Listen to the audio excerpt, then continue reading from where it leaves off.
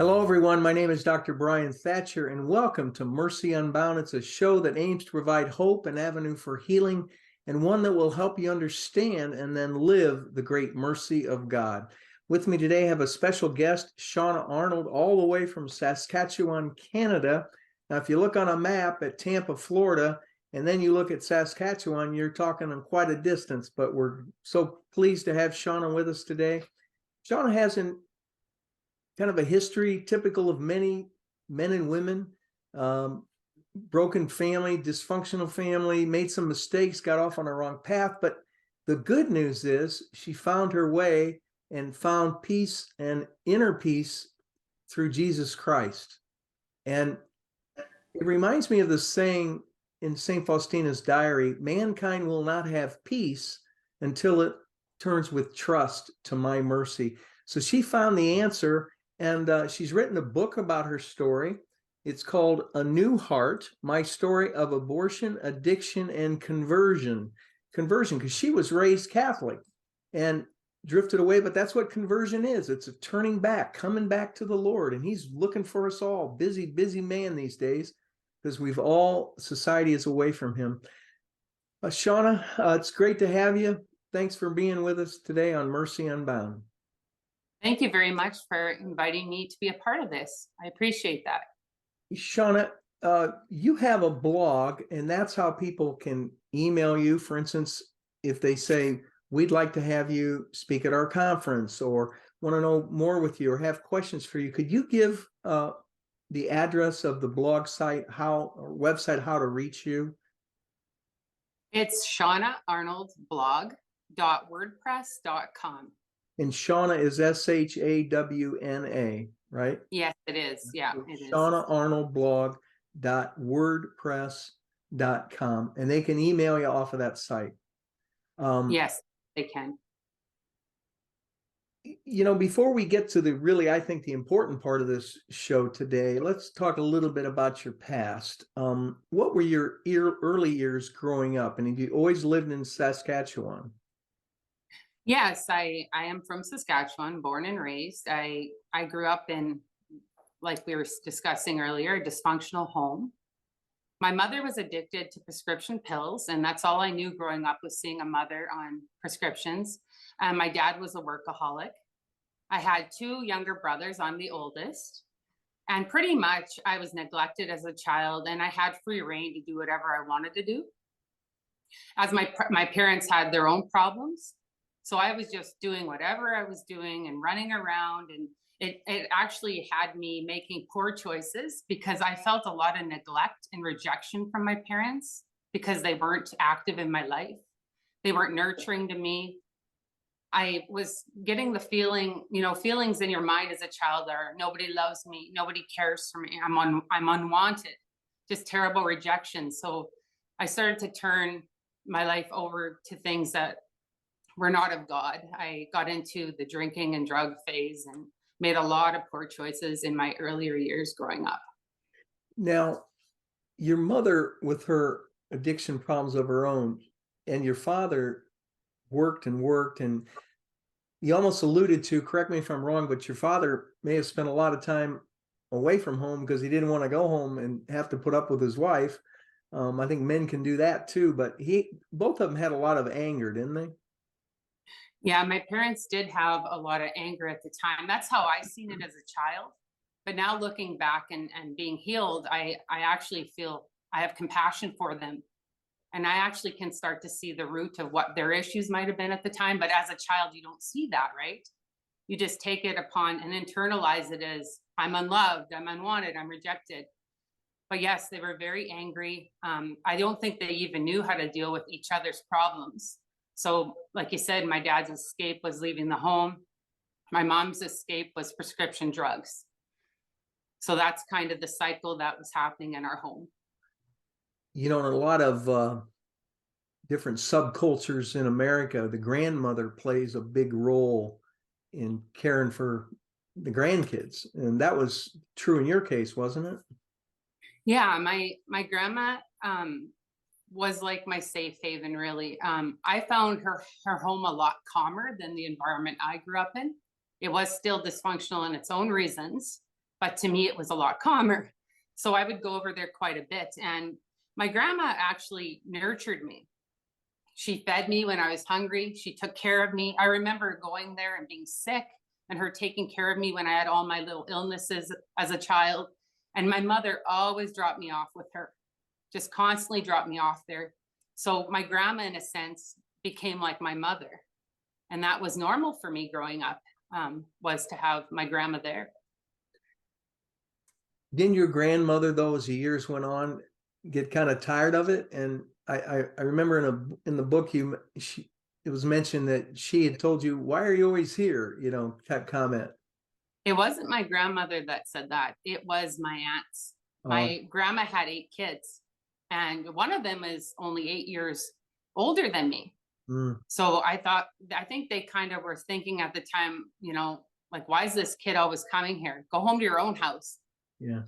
But in a sense, they weren't really realizing kind of what I was going through. So yeah, it was never by my grandma's word or her mouth that said those things. But yeah, that is true in the book. Is your grandmother still alive? No, my grandmother died when I was 15 years old of emphysema. And actually after she died, that's when I got worse into my addictions and than I ever did before prior. Looking back, do you see the drugs and promiscuity and all the problems thereafter was a way of your getting out of the situation, kind of as an escape from the home? Yeah, I started with drinking alcohol already when I was roughly about 13 years old. I would steal it from friends, parents' cabinets. When my grandma died, I had then now entered into the drug scene on top of the alcohol. So, and I found with the alcohol and drugs that it would numb me completely. I wouldn't think about home, but in a sense, it was basically just covering up, something that I should have addressed. But it just made me go deeper and deeper into a dark pit, is what it did. It was not a good road to have taken, but sadly, that's the road I chose to go down. And then as time went on, you got pregnant, you had an abortion. Was your attitude at that point that this is the easiest, best choice because you don't want a child right now, and weren't thinking of the ramifications of that decision? Well, I think partially was maybe my home life reflected on that decision as well, and thinking, well, look where I came from, right? And is this going to happen to my child? And also, too, to be honest, I was so addicted to drugs and alcohol that I thought this was the best decision. I was so addicted to drugs and alcohol that the thought of giving my child over to somebody else that I didn't know, I thought was way worse than just having an abortion. And I actually couldn't even stop using while I was pregnant. And it's something that was absolutely horrific. But that just shows you how much addiction had a grip on me at that time in my life. What were you using at the time? Was it just pills or? Well, pretty much whatever I could get my hands on, but I was using hash and acid and mushrooms and a lot of weed. Pretty much anything I could get my hands on, sadly, is the road I went down. I was one that was deadly afraid of needles. So thank God for that, because it would have been a lot worse if I started to do needling and stuff, which I never got into. So,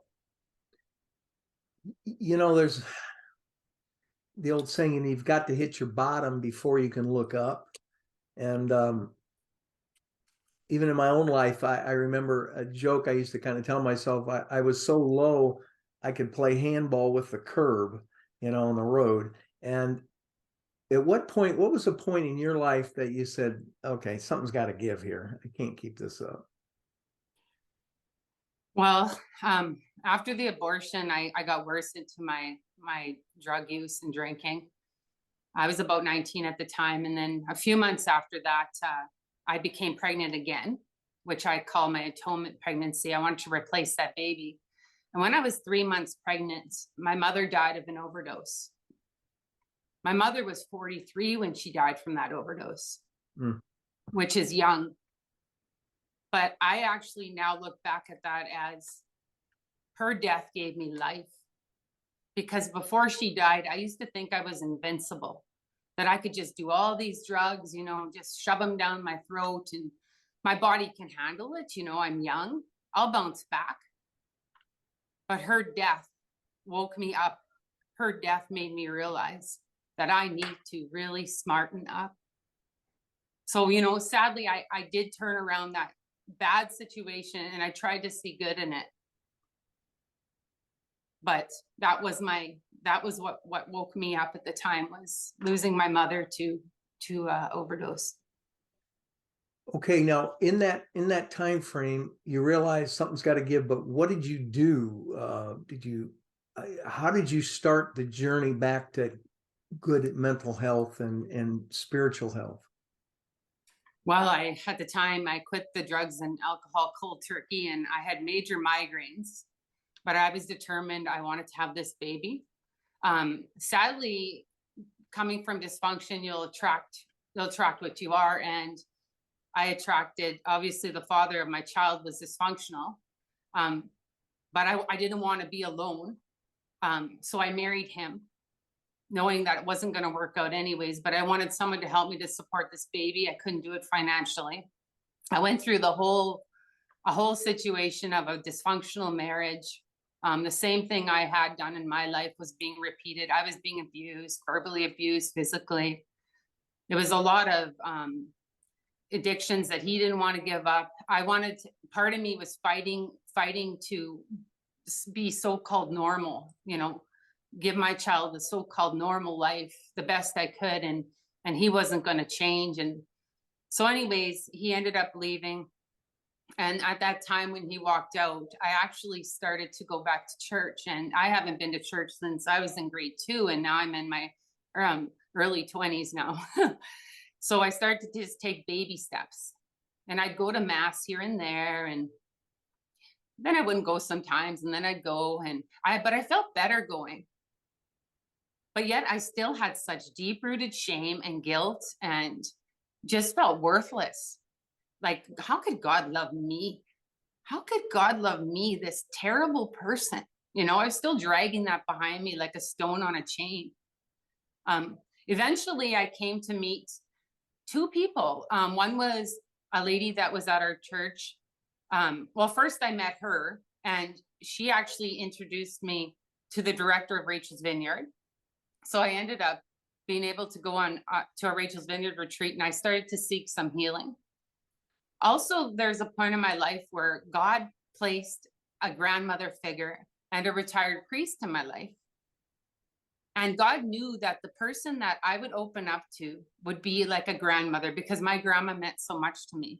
So through meeting them, I was told that there would be a youth retreat coming to our parish. And I thought, well, I'll go to this youth retreat, even though I'm in my 20s. And, I wasn't quite considered a youth, but, I was still young enough. And I didn't even know what adoration was at all. I had no clue. And I remember there was confession at the retreat, and I went to confession. And then there was a part where we were standing in the pews, and the man said at the retreat, "Imagine God's before you."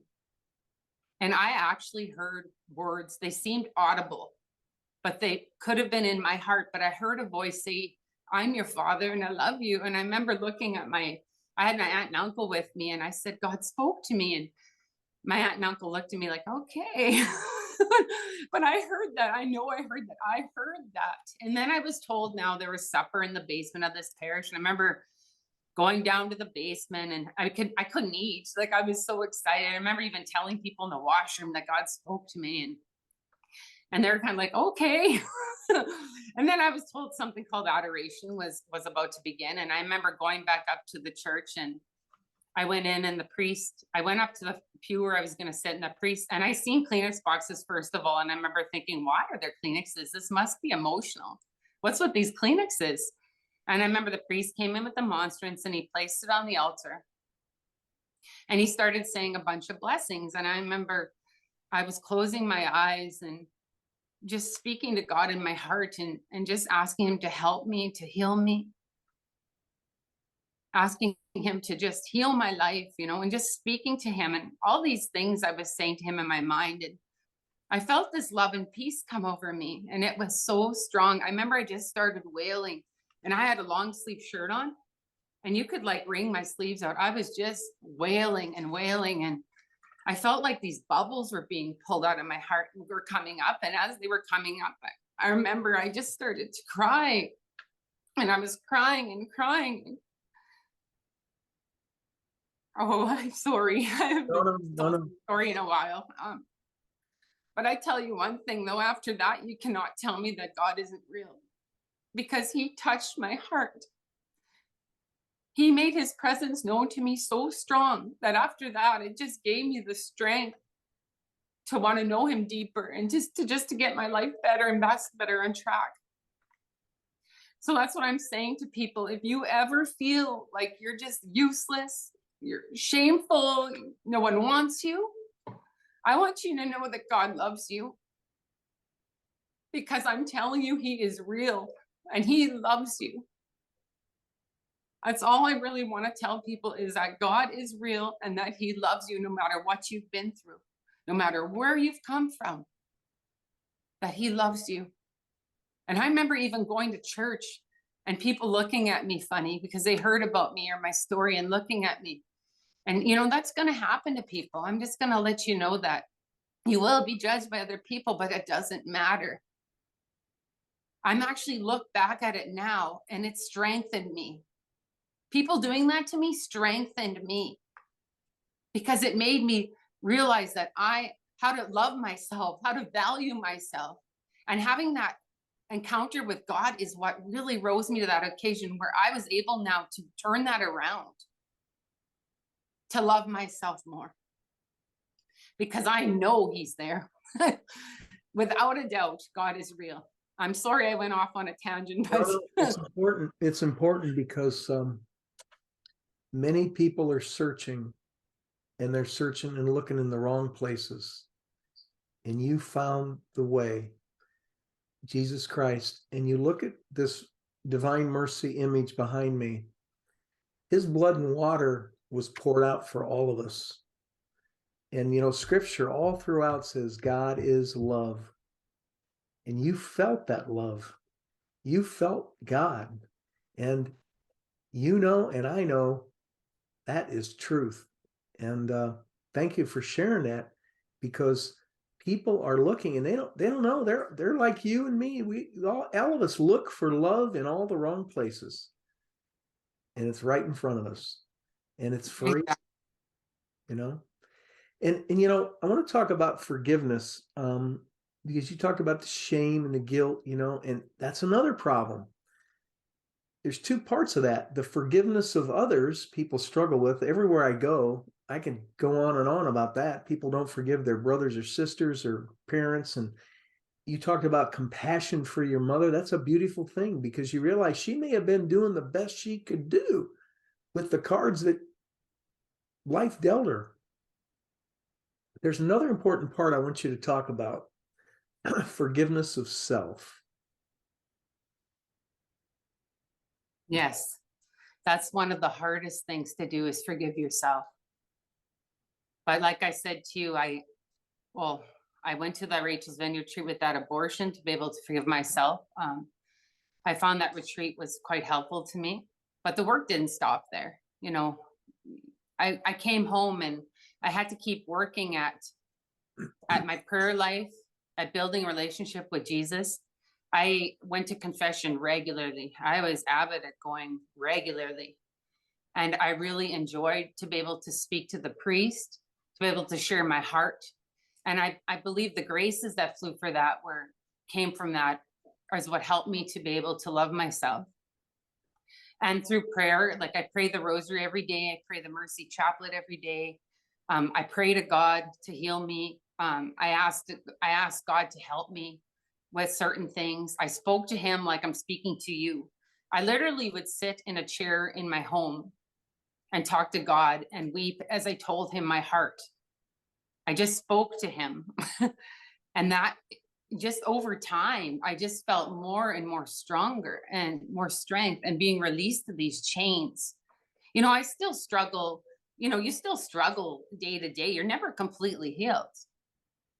But I can tell you one thing, when I look back at where I was, this girl who would never look at anybody in the eye, always shy away, had no confidence, hated themselves, to someone who now is bold, hopefully in a humble way. But I'm bold and I feel courageous. I'm not scared to say things. That's only the hands of God, to have taken me from where I was to now. So it takes time to develop that relationship. Shawna, you brought up a couple points I'd like to delve into a little bit. One is Rachel's Vineyard. For people who have experienced an abortion, walk us through what is Rachel's Vineyard and what do you do on that weekend? Well, basically, it is a retreat for women who have had an abortion, and it's run through the church. Well, it's affiliated with Catholic, the Catholic Church. I don't know if I'm allowed to say a lot that goes on there, but basically it's a retreat for women to go to who have had an abortion to find hope and healing. I'm not sure how far I can dive into. But it did help you a lot. It did help me. Well, the biggest thing for why it helped me, to be honest with you, is because being Catholic or I came from an environment where if you did something wrong, like growing up, I would hear, God's going to come after you with a stick. You're going to get hit by lightning kind of thing. He's after you. But when I actually later on realized that there was a retreat specifically for women who have done this sin that is recognized through the church, for me, that was big. Because it made my heart open a little bit more to thinking, you know what? God's love. God does love us. God is there.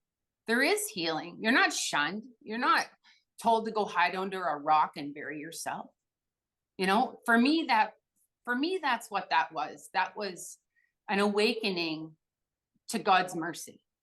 If that makes sense. Total sense. In scripture tells us he hates the sin, but he loves the sinner. And another point I'd like you to just comment on, our youngest son is preparing for a 100-mile run in a few months. And oh my. Obviously you just don't go out and run 100 miles, right? No. You talked about the spiritual walk. So many people don't even look at life in the sense of the spiritual beings that we are living in a mortal body. They can go to the gym and work on their mortal body, but they forget the spiritual life. And to progress and develop and grow spiritually and really get to know God, it takes a little effort, doesn't it? Yeah, I actually get up, and I know a lot of people are gonna kind of growl at this one, but I do get up at before 5 a.m, put it that way. And first thing I do is I pray the rosary and I pray the mercy chaplet, and I have a bunch of other prayers I pray as well. And I start my day off like that every day. I read the daily readings, and then throughout the day, I talk to God. I have actually just been diagnosed with 2 autoimmune diseases, which I'm in remission for now. But I have been trying to offer up any pain I have at times, or, any suffering. I offer it united to the cross. I'm trying to strengthen my relationship daily. It just doesn't. It's just not like, oh, I had this encounter, now I'm good. No, I I need God. Even today, I need God to be here as I'm doing this interview. I am nothing without him. I can't do this on my own. So yes, it's a step-by-step process. And just start with like a small 5-minute prayer, 2-minute prayer each day, just take baby steps. And eventually, as your relationship grows with God, you'll see, you'll be doing 10 minutes. And then the next week, it could be 15, but you'll just find you have more peace and fulfillment in your life when God is the center of your life. That's beautiful. That's so true. You mentioned in your book that Mother Teresa is one of your favorite saints. Why is that? Oh, because Mother Teresa, she's one of my favorite saints because she loved the poorest of the poor.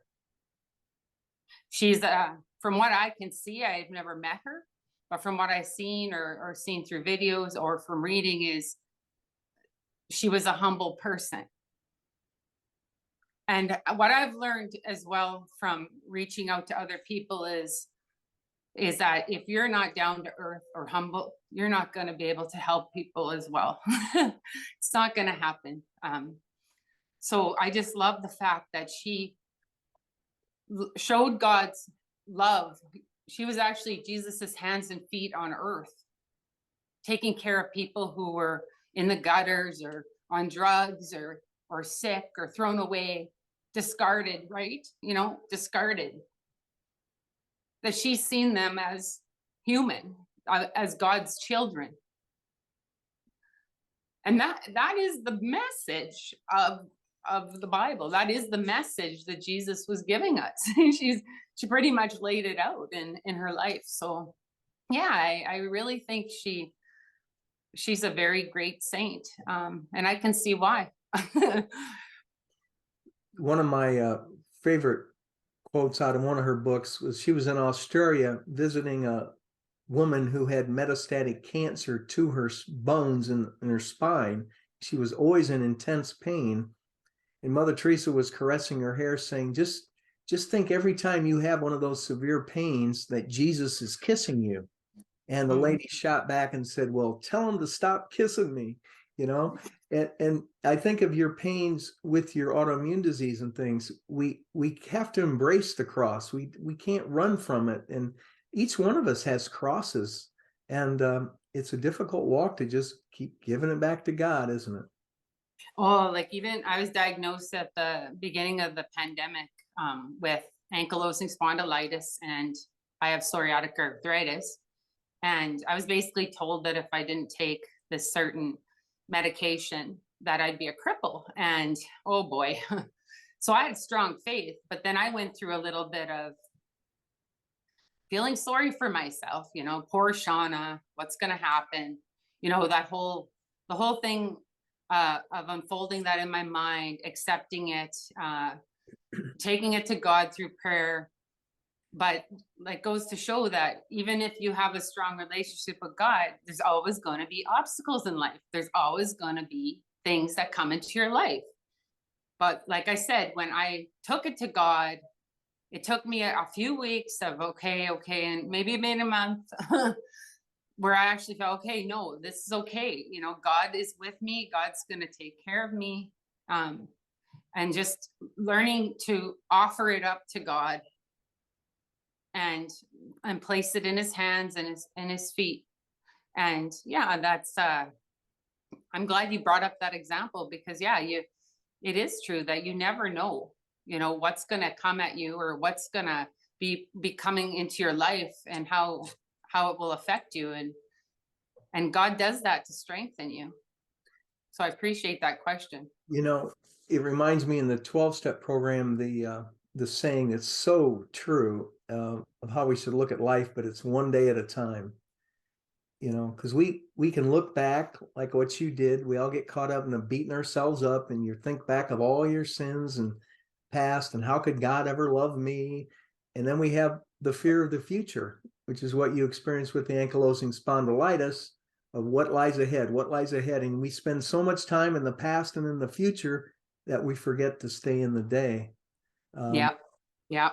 That is exactly that's it. That's exactly how I had to learn to live now, is the day by day. Be thankful for the day. You get through a day without any pain or anything, be grateful. Be grateful even if you did, but okay, I got through this one, now the next. It's in the moment. You live in the moment, you don't live in the past. So that's a key thing for people to know, is keep your eyes forward. Always try to keep your eyes forward. As hard as it is sometimes, keep your eyes forward and appreciate what you have and appreciate what God's given to you each day. We're coming up on the Feast of Divine Mercy, the great feast day in the church where we celebrate Jesus's great love for us. in page 135 in your book, you said, I realized that Jesus loved me and I need to love myself. And I think that says it all. In that short sentence is so much wisdom. Share with us your thoughts on that. Well, I think that is quite significant for someone who's come from brokenness to realize that there is somebody out there that does love you, and that Jesus is real, and that he loves you, and that no matter where you've come from, like I said before, Jesus doesn't look back at that. He wants you to take all that and bring it to his feet. He's asking you to come into his heart, and he's just waiting. He's just waiting at a door, like that picture, the door with his hand out knocking, asking to come in. But are you going to let him in? Are you going to open that door? You know, that's the image I really admire, because it's so truthful. Like, he's always there. It's just we were so blind. You're so blind when you're invaded with sin to take the blinders off, to realize that, God is there. But no matter where you've come from, I'm going to stress that again, like, no matter where you've come from, God is there, and his forgiveness is there, and his mercy is there. If you truly, in the depths of your heart, are asking for forgiveness, and you truly are repentant, Jesus will help you and give you the strength to get through whatever you're going through in life. He will help you. And I just want to stress that to anybody listening that needs to hear that, is don't give up, that Jesus is with you and he loves you. And you matter. You matter. I'm thinking of a quote from St. Pope John Paul II from many years ago, and he made a comment that people are not listening to the theologians, but they are listening to people who share their witness. And that's why it's so important that you continue to do the work you're doing. Shawna, give us again how to find you, your blog address, the website, in case people want to reach out to you, or say people are putting on conferences, they want to have you come and speak. Give us that address again, if you would. It's Shawna Arnold blog.wordpress.com, and possibly you might have it in the credits, so that will be helpful as well. Yeah, they can read it out. I'll have a summary of today's talk as well when the show gets posted. Any closing thoughts today, Shawna, before we wrap up today's show? Basically, I guess it would be that anyone that feels that they're far from God, that basically, I stress this multiple times, but just that that he is there and he loves you, and that Jesus will never leave you. And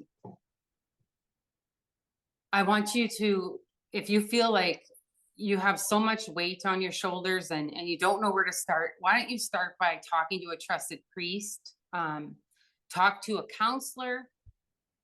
You can start with those steps and start to open up and see what unfolds for you. There are many different retreats you can go to. There are many resources nowadays, not like when I was growing up, there was limited resources. Nowadays, there's a lot of resources for help. So I just encourage you to get the help you need and to seek help, and don't hold in things. Don't hold them inside, because that's what I did. I held everything inside and I allowed it to fester and eat at me and eat at me. And it just put me in a deeper, darker pit. When you have something that's hurting you, go get help. Communicate that, and you will have, you will start to feel more release as you share with somebody that you trust, and you find the help you need to get through your obstacles in your life. I always find it interesting. We all do it, but we all don't want to share because we think our sin is the worst and nobody's ever done anything like it, and there's no one could understand it. And it's so far from the truth, because we're all sinners, and God just wants us to keep trying, like you fell down in your life, but you got up. And that's what made the saints. Sean, I really want to thank you for joining me today on Mercy Unbound. People, hope you like the show. Please subscribe, share it with friends. We have to let this healing begin. The world is broken. It's looking for answers. And right behind me is Jesus Christ. And he wants those rays of mercy that are emanating from his heart to pierce your heart, just as he pierced Shawna's heart. And now Shawna is taking those same rays of love and radiating them out to a hurting world and other people. So God bless all of you. Thank you again, Shawna. We hope to have you back. Mercy Unbound. You're welcome. Thank you very much. Thank you. Please subscribe to our YouTube channel for the video portion. The podcast can be heard at anchor.fm/Dr. Brian, Bryan Thatcher, Thatcher, and on all the major podcast forums. I would love to speak at your church or conference, and please consider supporting our efforts to spread the truth to a hurting world. Thank you again. And for more information, go to the website at drbrianthatcher.com.